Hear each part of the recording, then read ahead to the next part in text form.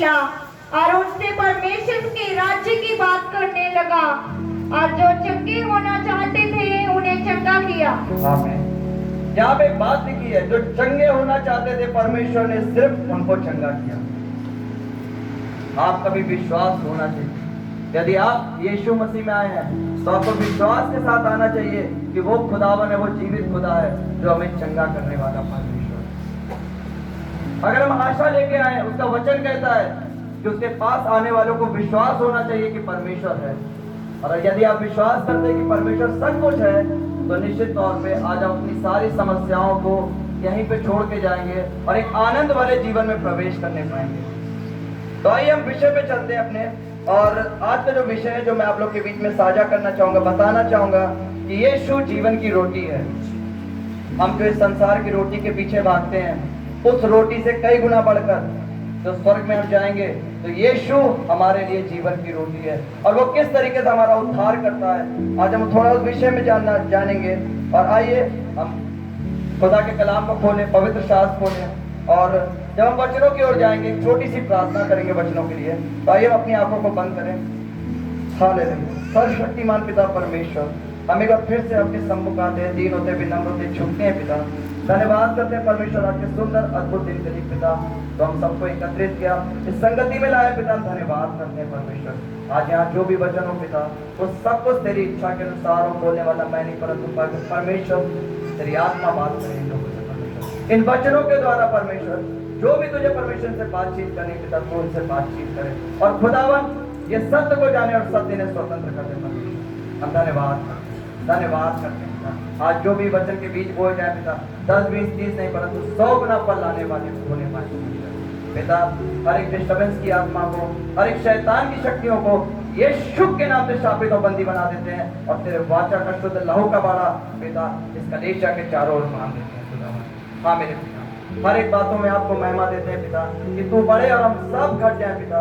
और यहाँ जो कुछ भी हो पिता आपकी इच्छा के अनुसार हो, क्योंकि आपका वचन कहता है यशायाह 55:11 में कि जो वचन आपके मुख से निकलते हैं व्यर्थ ठहर कर आपके पास नहीं लौटते, परंतु जिन कार्यों के लिए आपने उसको भेजे होते हैं वो सारे कार्यों को पूरा करके आते हैं। खुदावन हम धन्यवाद करते हैं तेरी अद्भुत सामर्थ के लिए, तेरी उपस्थिति के लिए पिता। हम धन्यवाद करते हैं, तू अद्भुत परमेश्वर है, तू जीवता परमेश्वर है, तू राजाओं का राजा, प्रभुओं का प्रभु, सर्वशक्तिमान परमेश्वर, स्वर्ग के सिंहासन में विराजमान होने वाला एक लौता जिंदा जलाली परमेश्वर है पिता। तो पिता हमारे दिलों को जानता है परमेश्वर। खुदावन पहुंचाहट से सबसे बात कर, सबको स्वतंत्र कर दे पिता, क्योंकि जब हम सारे बंधनों से मुक्त होते हैं पिता, खुदावन हम तुझसे प्रेम कर पाते हैं, तेरे प्रेम को जान पाते हैं पिता। वो तेरा अद्भुत प्रेम जो तूने कलवरी क्रूस पे हमारे लिए किया है परमेश्वर। क्योंकि पिता जब हम पाप में थे तो परमेश्वर और कोई नहीं परंतु तूने अपने पुत्र को, प्रभु यीशु मसीह को हमारे लिए इस पृथ्वी पर भेजा। वो मारा गया, गाड़ा गया, मुर्दों में से तीसरे दिन जी उठा और यही एक सच सुसमाचार है परमेश्वर। हम धन्यवाद करते हैं तेरी अद्भुत सामर्थ के लिए परमेश्वर, जो तूने यहाँ पे उड़ेला है परमेश्वर। हम धन्यवाद करते हैं, सभी बातों में आपको महिमा देते हैं कि तू बढ़ जाए, सब घट जाए। सारा आदर, महिमा, प्रशंसा करो हम आपको ही सौंप देते हैं। आप इसी के योग्य हैं और आपके प्यारे पुत्र हमारे उद्धार करता प्यारे प्रभु यीशु नासरी के सामर्थ्य और पवित्र नाम में सारी बातों को मानते हैं। आमीन। ठीक है, एक बार फिर से सभी लोगों को जय मसीह की। और आइए अब हम वचनों पे आते हैं। खुदा के कलाम निकाल लें, परमेश्वर के वचनों को निकालें। और वचन में जाने से पहले एक और वचन मैं बता दूं, यूहन्ना 1 उसका पहला वचन, यूहन्ना की पत्री 1 उसका पहला वचन। और वचन परमेश्वर के साथ था और वचन परमेश्वर था। आमीन। आदि में वचन था, वचन परमेश्वर के साथ था और वचन ही परमेश्वर था। आपको पता है वचन ही परमेश्वर है। आप जो बाइबल लेके चलते हैं, यदि हम इसकी सारी आज्ञाओं को मानते हैं, इसकी सारी आज्ञाओं पे चलते हैं और इन वचनों को थामते हैं, तो हम परमेश्वर को लेके अपने साथ में चलते हैं। बाइबल कहती है वचन देहधारी हुआ। आदि में वचन था, जब पृथ्वी पे डौल पड़ी थी तो परमेश्वर के मुख से एक वचन निकला, उजाला हो जा, और वो हो गया। और तब से लेके परमेश्वर ने आज तक जो कुछ भी बोला इस पृथ्वी पर वैसा ही होता चला गया। और बाइबल कहती है कि वचन ही परमेश्वर है। जब हम वचनों का आदर करते हैं, समझ लीजिए परमेश्वर का आदर करते हैं। और जब हम वचनों को नहीं मानते हैं तो हमारा परमेश्वर कहीं ना कहीं दुखी होता है, क्योंकि हम परमेश्वर को नहीं मानते। बहुत सी बार हम चूक जाते हैं।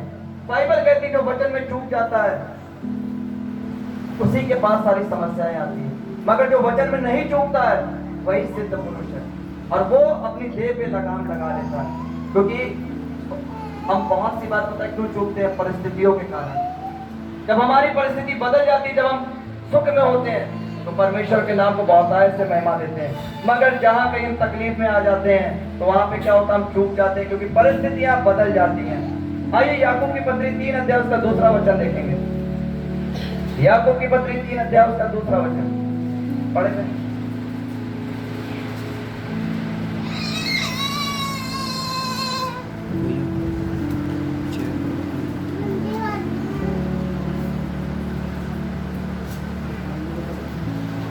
याकूब 3 अध्याय उसका दूसरा वचन कोई पढ़ा है हमारे लिए? इसलिए कि हम सब बहुत बार चूक जाते हैं। जो कोई वचन में नहीं चूकता वही तो शुद्ध मनुष्य है और सारी देह पर भी लगाम लगा सकता है। आमीन। जो कोई वचन में नहीं चूकता वही सिद्ध पुरुष और वो सब अपनी देह पे लगाम लगा सकता है, यानी कि पापों से दूर रह सकता है। हम सब परमेश्वर को बहुतायत से मानते हैं, जिंदा जलाली परमेश्वर है, सब उसके नाम की महिमा करते हैं, बहुतायत से विश्वास करते हैं, लेकिन कई बार हर जगह चूक जाते हैं अपने घर परिवारों को, प्रेम को लेके, उन बंधन को लेके जो इस संसार में हमारे बंधन है। और परमेश्वर का वचन कहता है जो कोई अपने रिश्तों को बचाता है वो उनके बीच में तलवार चलाने आता है, मगर जो कोई उसके लिए अपने सारे रिश्तों को छोड़ देता है परमेश्वर उसे 100 गुने से भी अधिक आशीष देता है। हम आज परमेश्वर के करीब क्यों नहीं हो पाते हैं? क्योंकि हम बंधन में बंधे हुए हैं, जो इस संसार में बंधन है। मगर मैं आपको एक बात का विश्वास दिलाना चाहता हूँ, जो स्वर्ग राज्य में कोई भी बंधन नहीं है, वहां पे कोई रिश्ता नहीं है, ना कोई किसी की पत्नी है, ना कोई किसी का पति है, ना बेटा है, ना बेटी। वहां पे सिर्फ एक ही रिश्ता है, जो है पिता का पुत्र से और हमारा परमेश्वर से परमेश्वर का हमसे। इसके अलावा दूसरा कोई भी रिश्ता नहीं है। और हर एक इंसान सिर्फ अकेला अपने आप को ले जा पाएगा, क्योंकि परमेश्वर हर एक का न्याय करेगा और हर एक का न्याय इसके अनुसार होगा। आप जब प्रकाशित वाक्य 12 अध्याय में पढ़ेंगे तो वहां पे लिखा हुआ है कि मेमने ने सारी पुस्तक निकाली और सारी पुस्तक जला दी गई, मगर एक पुस्तक खोली जो जीवन की पुस्तक थी, और उसमें जिसका नाम लिखा पाया गया उसको बहुतायत से परमेश्वर के स्वर्ग के राज्य में प्रवेश मिला, और जिसका नाम उस पत्री में से काटा गया उसको नरक की आग में झोंका। क्योंकि जीवन की पत्री में आपका नाम होना बहुतायत से आवश्यक है, और वो जीवन की पत्री है यीशु मसीह। यूहन्ना 10 अध्याय उसका 10 वचन देखिए। यूहन्ना 10 अध्याय उसका 10 वचन।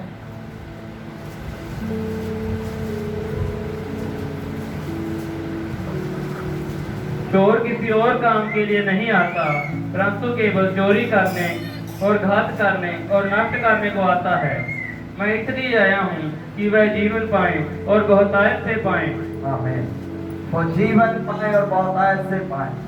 चोर किस काम के लिए आता है? केवल चोरी करने के लिए आता है। जैसा कि सब जानते हैं कि चोर का काम होता है चोरी करना, हत्या करना, घात लगाना, मगर यीशु मसीह जिस काम के लिए हमारे बीच में आया वो था जीवन देना और बहुतायत का जीवन देना, और वो केवल यीशु मसीह दे सकता है। और मैं आपके बीच में उसके वचनों के द्वारा बता सकता हूँ कि वो सिर्फ जीवन के लिए आया ताकि आप लोग बड़े आनंद के साथ उसकी महिमा करते हुए अपने जीवन को व्यतीत करें, ना कि उन समस्याओं को लेकर।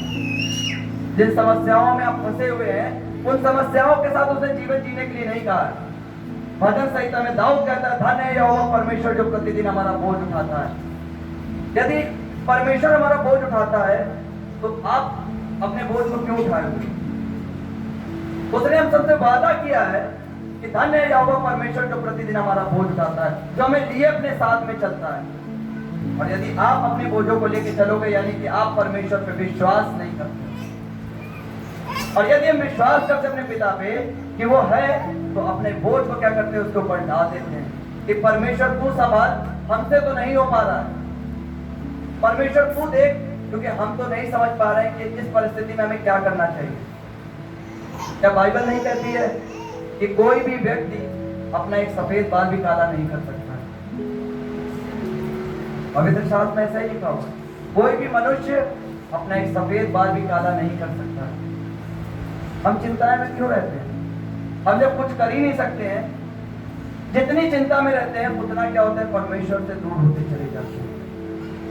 और जब हम अपनी सारी चिंता को परमेश्वर के हाथों में दे देंगे, हम एक काम कर सकते हैं, क्योंकि हम अपनी समस्याओं का समाधान तो नहीं कर सकते, मगर एक काम जरूर कर सकते हैं, उससे आराधना, प्रार्थना, उसके नाम को महिमा देना, उसकी प्रशंसा करना, यही उसको भाता है। और हर परिस्थिति में अय्यूब की तरीके, यीशु मसीह की तरीके, दानियल की तरीके, बहुत सारे ऐसे भविष्यवक्ता हैं, एलिया की तरीके, सिर्फ उसको धन्यवाद कर सकते हैं। परमेश्वर कुछ देने से पहले बहुत सारी परीक्षाएं करता है, और उन परीक्षाओं का वो इसलिए करता है कि आप वो वस्तु संभालने योग्य है कि नहीं है। क्योंकि बाइबल कहती है यदि हम हमारे बच्चे खेलने के लिए सांप मांगे तो हम सांप नहीं दे देंगे उनको खेलने। देंगे क्या आप लोग? अगर आपके बच्चे सांप मांगेंगे देंगे आप लोग? क्यों नहीं देंगे? किस लिए नहीं देंगे? डस लेगा, यानी कि वो उसके लिए उचित नहीं है। बस ऐसे हम भी बहुत सी बात, बहुत सारी वस्तु परमेश्वर से मांगते हैं, और जो उचित होती है वो उनको देता है, और जो उचित नहीं होती है वो उनको नहीं देता है ताकि हमारा पूरा ना हो।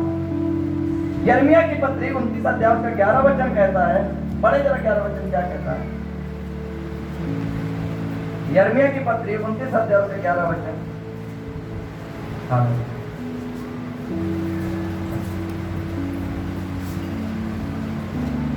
क्योंकि यहोवा की यह वाणी है कि जो कल्पनाएं मैं तुम्हारे विषय करता हूँ उन्हें मैं जानता हूँ कि वह हानि की नहीं वरन कुशल की ही हैं, और अंत में तुम्हारी आशा पूरी करूंगा। आमीन। अंत में तुम्हारी आशा पूरी करूंगा। परमेश्वर की ये वाणी है, जो कल्पनाएं वो हमारे लिए करता है वो हमारे लाभ और कुशल के लिए, वो हानि के लिए नहीं है।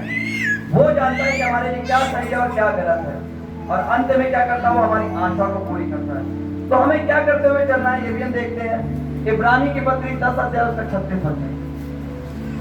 इब्रानियों की पत्री 10 अध्याय उसका 36 वचन। हमें किस उम्मीद पे चलना है, किस वचन पे चलना है, ताकि आपकी वो इच्छा पूरी करे। क्योंकि तुम्हें धीरज धरना आवश्यक है ताकि परमेश्वर की इच्छा पूरी हो, ताकि परमेश्वर की इच्छा को पूरी करके तुम प्रतिज्ञा का फल पाओ। आमीन। तुम्हें धीरज धरना आवश्यक। अब छोटी छोटी बातों में क्या होते हैं, अपना संयम खो देते हैं।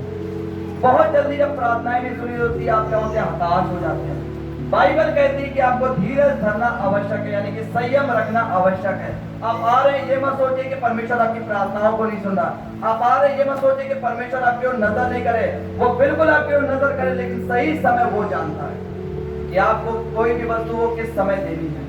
और उसका वचन कहता है तुम्हें धीरज धरना आवश्यक है ताकि तुम परमेश्वर की इच्छाओं को पूरा करके अपनी प्रतिज्ञा का प्रतिफल पा लो। कौन सी प्रतिज्ञा? जिसके लिए आप मसीह में आए, उसका प्रतिफल आप कब पाओगे?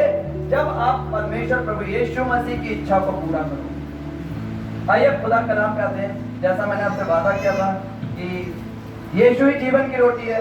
हम देखते तो यूहन्ना की पत्री 6 अध्याय निकालें। यूहन्ना की पत्री 6 अध्याय उसका 26, 27 और 28 वचन पढ़ें। यीशु ने उन्हें उत्तर दिया, मैं तुम्हें सच सच कहता हूँ, तुम मुझे इसीलिए नहीं ढूंढते हो कि तुमने आश्चर्य कर्म देखे हैं, परंतु इसीलिए कि तुम रोटियां खाकर तृप्त हुए। नाशवान भोजन के लिए परिश्रम ना करो, परंतु उस भोजन के लिए जो अनंत जीवन तक ठहरता है, जिसे मनुष्य का पुत्र तुम्हें देगा, क्योंकि पिता अर्थात परमेश्वर ने उसी पर छाप लगाई है। ठीक है, वहां पे क्या है? अब बाइबल को बहुत ऐसे गौर से जब पढ़ेंगे, यीशु मसीह ने 5000 लोगों को रोटी खिलाई। उसके बाद क्या हुआ, वो एक झील के किनारे गया और वहां पे बहुत सारे लोग उससे क्या हुआ, मिलने आए। मगर वो जो मिलने आए थे उससे एक लालच के साथ मिलने आए थे। वो उससे इसलिए नहीं मिलने आए थे कि उसके नाम की महिमा को जान चुके थे कि वो परमेश्वर की संतान है। वो इसलिए आए थे क्योंकि उसने इतने सारे लोगों को रोटी खिलाई थी। और अब वो क्या चाहते थे कि यीशु मसीह के साथ रह के जीवन भर फ्री की रोटियां खाते रहे। तो चमत्कार देख के आए थे। वो उसका प्यार, वो प्रभु के ऊपर विश्वास करके नहीं आए थे। और यीशु मसीह कहता है कि मैं तुमसे सच सच कहता हूं कि तुम मुझे इसलिए नहीं ढूंढते हो कि तुमने आश्चर्य कर्म देखे, परंतु इसलिए कि तुम रोटियां खाकर तृप्त हुए हो। तुम भूखे थे और रोटी खा के तृप्त हुए हो, तुम इसलिए मुझे ढूंढते ढूंढते आओ क्योंकि फिर से तुम भूखे हो। और उसके बाद नाशवान भोजन के लिए परिश्रम ना करो, परंतु उस भोजन के लिए जो अनंत जीवन तक ठहरता है। बाइबल कहती है तुम अपने पेट भरने के लिए इस जीवन को व्यतीत ना करो, वरन उस भोजन के लिए व्यतीत करो जो परमेश्वर ने हमारे अनंत काल जीवन के लिए रख रखा है। और वो क्या है, उसकी ओर हम आएंगे, क्योंकि पिता अर्थात परमेश्वर ने उसी पर छाप लगाई है, और वो है यीशु मसीह, जिसकी देह की रोटी को हम खाते हैं। 28 और 29 वचन को पढ़े। उन्होंने उससे कहा, परमेश्वर के कार्य करने के लिए हम क्या करें? यीशु ने उन्हें उत्तर दिया, परमेश्वर का कार्य ये है कि तुम उस पर जिसे उसने भेजा है विश्वास करें। आमीन। अब वहाँ पे चेले और बाकी के लोग कह रहे हैं कि अब हम परमेश्वर में विश्वास करने के लिए क्या करें, या हम परमेश्वर के कार्य को कैसे करें। और वहाँ पे यीशु मसीह कहता है कि सबसे बड़ा काम पहले तो ये है कि जिसको उसने परमेश्वर के कार्य के लिए भेजा है, आप उसको विश्वास करें। और जब आप उस पर विश्वास करेंगे तो आप भेजने वाले पे भी विश्वास करेंगे। यदि आपके सामने वचन है और आप उन वचनों का पालन नहीं करेंगे, यानी कि आप उसको भेजने वाले का पालन नहीं करेंगे। तो सबसे पहले हमें भेजने वाले के साथ साथ जिसको उसने भेजा है उस पर भी विश्वास करना बहुत जरूरी है। 32 और 33 वचन पढ़ें।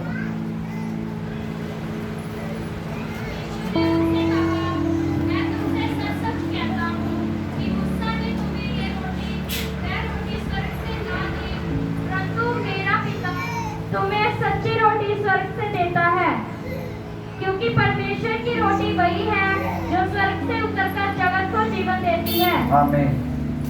अब यीशु मसीह पूरी भीड़ से कहता है कि उस नाशवान भोजन को दूर करके अब वो क्या कहता है कि उन लोगों से कि देखो मूसा ने भी तुम्हें रोटी दी थी जो था प्रतिदिन का मन्ना, और वो जो रोटी दी थी तुम्हें वो ऐसी रोटी नहीं थी कि जो यीशु मसीह की देह के द्वारा आई है, क्योंकि वो एक पवित्र देह है। और उसके द्वारा जो भी हम रोटी खाते हैं वो क्या है, पवित्र रोटी है। जब भी हम प्रभु भोज को लेते हैं और हमेशा याद करते हैं कि जो रोटी जो हम खा रहे हैं वो किसकी देह है, परमेश्वर की देह है। और जो भी दाखरस हम पीते हैं वो किस लिए पीते हैं, क्योंकि परमेश्वर के लहू में से पीते हैं। और इस बात का जिक्र इसने आगे वचन में लिखा हुआ है। जब हम आगे की ओर देखेंगे 35 वचन पढ़े। यीशु ने उनसे कहा, जीवन की रोटी मैं हूँ, जो मेरे पास आता है वह कभी भूखा ना होगा, जो मुझ पर विश्वास करता है वह कभी प्यासा ना होगा। आमीन। हालेलुया। यीशु मसीह ने कहा है, यीशु मसीह ने स्वयं कहा है, जो मेरे पास आता है जीवन की रोटी मैं हूं, जो मुझ में से खाता है वह फिर कभी भूखा ना होगा। यानी कि जो परमेश्वर के करीब आएगा और जो परमेश्वर की इच्छाओं को पूरा करेगा वह कभी भूखा नहीं रहेगा। जीवन में परमेश्वर उसके पेट को हमेशा भरेगा। और उसने कहा है कि जो कोई इस पर विश्वास करता है वह कभी प्यासा भी ना होगा, क्योंकि जीवन की जल की नदियां उसके हृदय से बह निकलती है, और जो कोई इसमें से पीता है वह फिर कभी प्यासा ना होगा। आइए 37 और 38 वचन को देखते हैं। 37 और 38 वचन देखिए। जो कुछ पिता मुझे देता है वह सब मेरे पास आएगा, और जो कोई मेरे पास आएगा उसे मैं कभी ना निकालूंगा, क्योंकि मैं अपनी इच्छा नहीं बल्कि अपने भेजने वाले की इच्छा पूरी करने के लिए स्वर्ग से उतरा हूँ। आमीन। जो कुछ पिता मुझे देता है वह सब मेरे पास आएगा, और जो कोई मेरे पास आएगा उसे मैं कभी ना निकालूंगा। बाइबल कहती है यीशु मसीह ने उतर कर कहा कि जो कुछ पिता ने मुझे दिया है, और यदि आप उस पर विश्वास रखते हो तो जब आप परमेश्वर के पास आते हो और उसे ग्रहण करते हो वो आपको ग्रहण करता है। आप सोचते हो कि पहले परमेश्वर आपके पास आएगा, मगर मैं आपको बता दूं कि हमें पहले परमेश्वर के पास जाने की आवश्यकता है। आइए वचन से देखते हैं, या पापियों से बात नहीं करता, वो पापियों के बीच में है मगर उसने कभी पाप नहीं किया। उसने क्या किया, अपनी आवाज को, अपने सुसमाचार को लोगों के बीच में बताया, और जो उसकी भेड़ें थी उसका शब्द सुनकर उसके पीछे हो ली। क्योंकि क्या कर रहा था, वो धर्मियों के लिए नहीं मगर पापियों के लिए आया था। धर्मी जन पहले से अपने आप को धर्मी समझता है, मगर पापी कहता है हाँ मैं पापी हूं। और जब वो अपने पापों को स्वीकार करता है तो परमेश्वर उसको स्वर्ग राज्य की ओर ले जाता है। लेकिन लेकिन लेकिन लेकिन याकूब की पत्री कहती है कि जब तक तुम परमेश्वर के वचनों के बारे में नहीं जानते थे तब तक तुम पर दंड की आज्ञा नहीं थी, मगर अब तुम वचनों को जानते हो और यदि अब उसके वचनों से फिरते हो तो तुम्हारी स्थिति पुरानी स्थिति के भी 7 गुनी बुरी हो जाती है। अब हमें क्या करना है, सचेत क्या रहना है कि जब हम वचनों को जान गए तो उसके बाद क्या करना है, अब उसके वचनों से पीछे नहीं हटना। ऐसा नहीं करना है कि आलस में आज सो गए, कल प्रार्थना करेंगे, परसों प्रार्थना करेंगे। कोई बात हुई, अरे पासवान जी हमारे लिए प्रार्थना करें, पास्टर साहब हमारे लिए प्रार्थना करें। पास्टर साहब दिन रात आपके लिए प्रार्थनाएं करते हैं, मगर परमेश्वर आपकी भी प्रार्थनाओं को चाहता है। आप बीमार होकर दवा आप खाते कि पास्टर जी को आके खिलाते हैं? बताएं, किसको खिलाते हैं? अपने आप को खिलाते ना, अपनी देह के में खाते ना, अपने दर्द को आराम देते हैं, दूसरे को तो नहीं देते। जैसे परमेश्वर आपसे भी कहता है कि आप मेरे पास आओगे, दवा व कुछ खाने की जरूरत नहीं पड़ेगी, आपकी देह परमेश्वर शांति देगा। क्योंकि वो क्या है, उसके कोड़े खाने से क्या हुआ है? कोड़े खाने से चंगे हो गए ना। तो बीमारी को कोई आज्ञा है क्या हम पर? पक्का नहीं है ना। अगली बार से कोई बीमारी डरा है ना तो उसको बताना कि सुन, मैं यीशु मसीह की संतान हूं और उसके कोड़े खाने से सब चंगे हुए हैं, तो देख तेरा मुझ पर कोई अधिकार नहीं। और कैसे ये बात बोल के उठोगे, लेकिन हृदय से कहना, ऐसा नहीं कहना कि पता चला मुंह से अंगीकार कर रहे हैं, दिमाग चिंताओं में लगा हुआ है। क्या कोई बता सकता बाइबल की सबसे बड़ी आज्ञा क्या है? बिल्कुल सही बात, परमेश्वर भैया बहुत से आशीषित करें। पिता की सबसे बड़ी आज्ञा है तू अपने पिता परमेश्वर से अपने पूरे प्राण, हृदय और बुद्धि से प्रेम कर। ये 3 चीजें क्यों दी गई? आप मुंह से अंगीकार करते हो, ए यीशु पापा, यीशु मसीह मेरा ये करते हो, मन में चिंता चल रही होती है कि ये काम हो पाएगा कि नहीं हो पाएगा, बुद्धि कहीं और लगी है, मुंह कुछ और अंगीकार कर रहा है और हृदय पता नहीं किस बात से डरा चला जा रहा है। बाइबल में इसलिए सबसे बड़ी आज्ञा लिखी है कि जब ये तीनों चीज एक साथ मिलते हैं, यानी कि आपकी बुद्धि, हृदय और जीवन, आपके प्राण जब एक जगह पे होते हैं तब आपकी प्रार्थनाएं स्वीकार योग्य होती है। आप लोग बहुत बार प्रार्थनाएं करते हैं मगर क्यों चूक रहे हैं? बहुत अच्छे से चल रहे हैं मगर क्यों बातें पूरी नहीं हो रही? वो ये छोटी छोटी बातें कि जिन पर हम ध्यान नहीं देते। और यदि जब हम इन पर ध्यान देंगे तो निश्चित तौर पे क्या करेंगे? परमेश्वर की बहुतायत से आशीषों को पाएंगे। आइए अब हम अपने टॉपिक की ओर चलते हैं वापस से। यूहन्ना पत्री पे 6 अध्याय पे, और बहन पढ़े 37 वचन पढ़े, 37 हो गए, 40 वचन को पढ़े।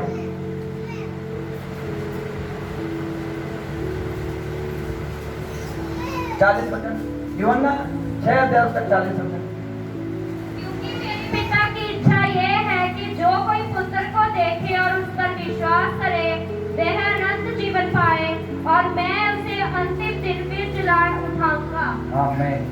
पिता की इच्छा क्या है कि जो कोई उसके पुत्र प्रभु यीशु मसीह पर देखे और उस पर विश्वास करे, मैं भी क्या करूंगा उस पर, कि वह अनंत जीवन पाएगा और अंत के दिनों में उसको भी मुर्दों में से क्या किया जाएगा? जिला दिया जाएगा। अब उसके बाद देखिए, फिर भी वहां पे लोग संदेह करना नहीं छोड़ते। आपके जीवन में परमेश्वर से संबंध बनाने में सबसे बड़ी रुकावट आती है संदेह। अब उसके बाद आइए पढ़ते 43 और 44 वचन को पढ़े। यीशु ने उनको उत्तर दिया, आपस में मत कुड़कुड़ाओ, कोई मेरे पास नहीं आ सकता जब तक पिता जिसने मुझे भेजा है उसे खींच ना ले, और मैं उसे अंतिम दिन फिर जिला उठाऊंगा। आमीन। वहां पे चेले लोग बहुत से कुड़कुड़ाने लगे कि ऐसे क्या, सारे लोग आएंगे, लेकिन सारे लोग उस पर नहीं आ सकते हैं, क्योंकि प्रभु ने जिनको चुना है वो आ सकते हैं। अगर आप सोचते हो कि आप स्वयं में चल के अपना धर्म बदल के यहाँ पे आए हैं, बिल्कुल गलत सोचते हैं, क्योंकि परमेश्वर हम सबको चुनता है और परमेश्वर ने हमें बुलाया है। हमारी इतनी बड़ी सामर्थ्य, इतनी बड़े हमने कोई अच्छे काम नहीं किया था कि हम खुद चल के आ जाए, वरन परमेश्वर ने हमें जीवन देने के लिए यहाँ बुलाया है। तो हमें नाश होता देख के पता क्या हुआ, दुखी हो गया, परेशान हो गया, क्या मेरी एक भी संतान स्वर्ग राज्य में आएगी कि नहीं आएगी।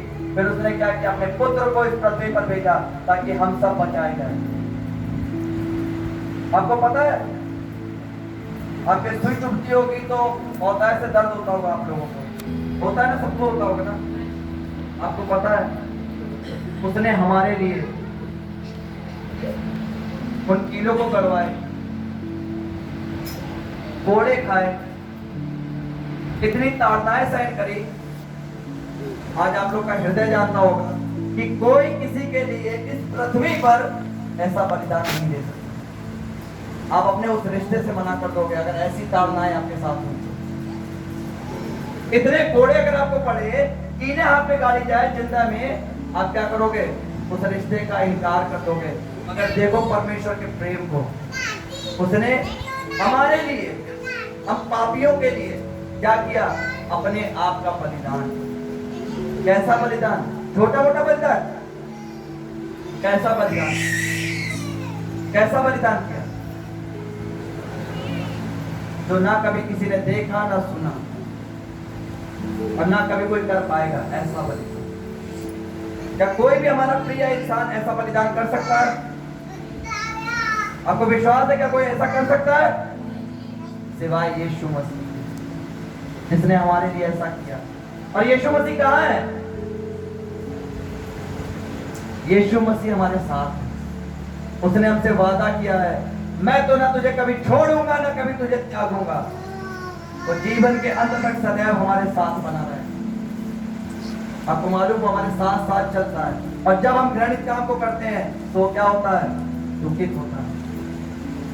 आइए ज्यादा समय ना लेते हुए टॉपिक की ओर आते हैं। और वहां पे उनके चेले कुड़कुड़ाए कि कोई मेरे पास नहीं आ सकता जब तक पिता जिसने मुझसे भेजा है उसे खींच ना ले और मैं उसे अंतिम दिन फिर चिल्लाना उठूं। 47, 48, 49 और 50 वचन। मैं तुमसे सच सच कहता हूँ कि जो कोई विश्वास करता है अनंत जीवन उसी का है। जीवन की रोटी मैं हूँ। तुम्हारे बाप दादों ने जंगल में मन्ना खाया और मर गए। ये है वह रोटी है जो स्वर्ग से उतरती है ताकि मनुष्य उसमें से खाए और ना मरे। बाइबल कहती है, यीशु मसीह ने उन लोगों को एक बात याद दिलाई कि मैं तुमसे सच सच कहता हूं कि जो कोई विश्वास करता है अनंत जीवन उसका है। किस पर विश्वास करता है? यीशु मसीह जीवन की रोटी है। बाइबल कहती है कि जीवन की रोटी मैं हूं। कौन? यीशु मसीह। उसने उन लोगों को याद दिलाया कि तुम्हारे बाप दादाओं ने जंगल में मन्ना खाया और मर गए। एक भी व्यक्ति आप बताइए कि जिसने मन्ना खाने के बाद जीवित रहा हो, चाहे भले मूसा क्यों ना हो। क्या मूसा मुर्दों में से जी उठा? मूसा उठा क्या? उसने स्वर्ग का मन्ना खाया था, फिर भी वो जी नहीं उठा। केवल एक ही जी उठा, वो है यीशु मसीह। और यीशु मसीह ने कहा है जीवन की रोटी मैं हूं और वह रोटी है जो स्वर्ग से उतरती ताकि मनुष्य उसमें से खाए और ना मरे। 51 वचन पढ़े। जीवन की रोटी जो स्वर्ग से उतरी मैं हूँ। यदि कोई इस रोटी में से खाए तो सर्वदा जीवित रहेगा और जो रोटी मैं जगत के जीवन के लिए दूंगा वह मेरा मांस है। आमीन। बाइबल कहती है कि जो रोटी वो अपने पास में से देगा और वो उसका मांस है।